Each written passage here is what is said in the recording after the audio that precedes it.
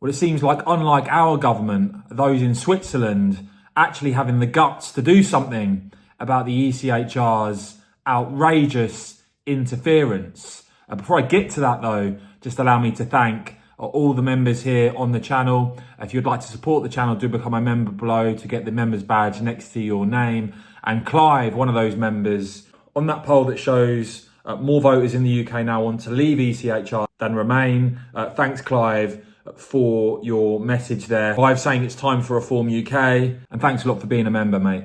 But yeah, we saw the ECHR, of course, back in 2022 interfere when it came to the government's Rwanda policy. And instead of actually doing anything about it, they just moaned ever since. When it came to the ECHR's intervention on climate change in Switzerland and policy, well, you've got the Energy Secretary in this country, Claire Coutinho, saying that she's concerned by this Strasbourg decision and making clear that elected politicians are best placed to make those decisions. Well, the government concerned by the decision, what they're going to do about it. Meanwhile, Conservative MP Danny Kruger saying that the Strasbourg court is setting itself up to be, as a legislator in place of elected governments.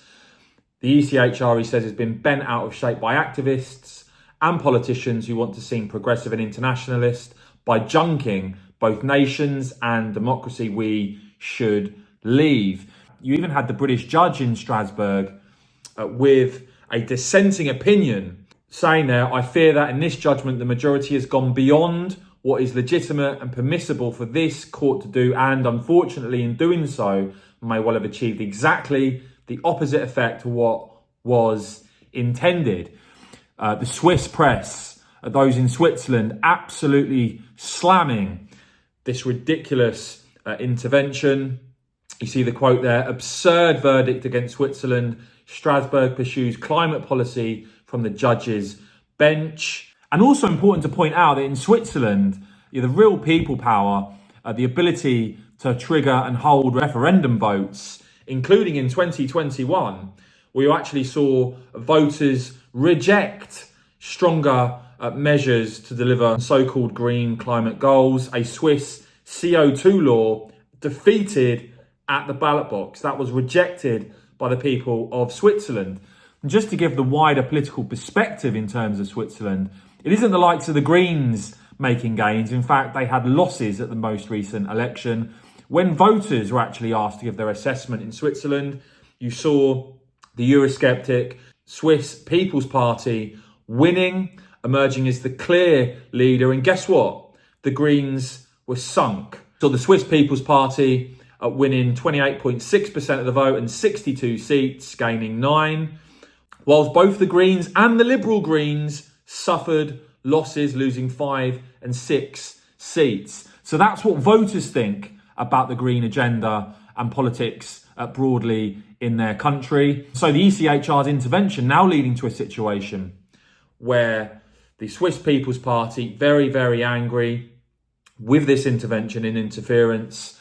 And bearing in mind, this is the biggest, most popular party in Switzerland. I think what they're now saying in reaction to this, in response to this, really is pretty big stuff. A suitably robust response that sadly we didn't get from our government when it comes to the ECHR. All we get is Rishi Sunak and ahhing about what he's going to do about the ECHR.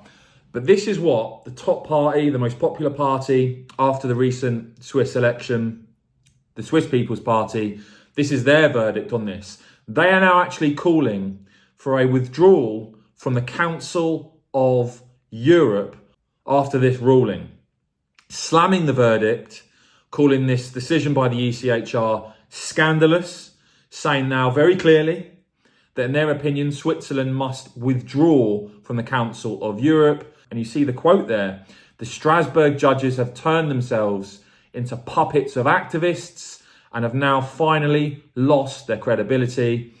The quote goes on, your brazen interference in Swiss politics is unacceptable for a sovereign country. They said they did not even consider the fact Switzerland is exemplary in reducing carbon dioxide emissions. And they said, the party there, the ECHR, increasingly interfering in national affairs, and that it's unacceptable that political decisions are made by the courts. There's also now speculation about whether the party could try and collect 100,000 signatures required to trigger a public vote, a referendum on leaving the Council of Europe. And it would have been real leadership if a long while back we'd actually had Rishi Sunak and his party just say that this enough was enough and that it was time to leave the ECHR. This is a position strongly supported now by voters, Conservative voters.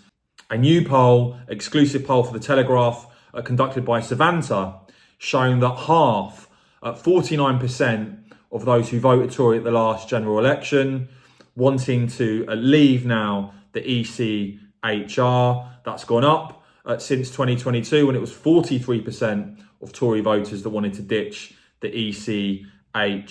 And I think it tells you a lot that the former Home Office and Justice Minister Sarah Dines has come out and advocated leaving the ECHR. Of course, we've had Suella Braverman advocating for a while now leaving the ECHR.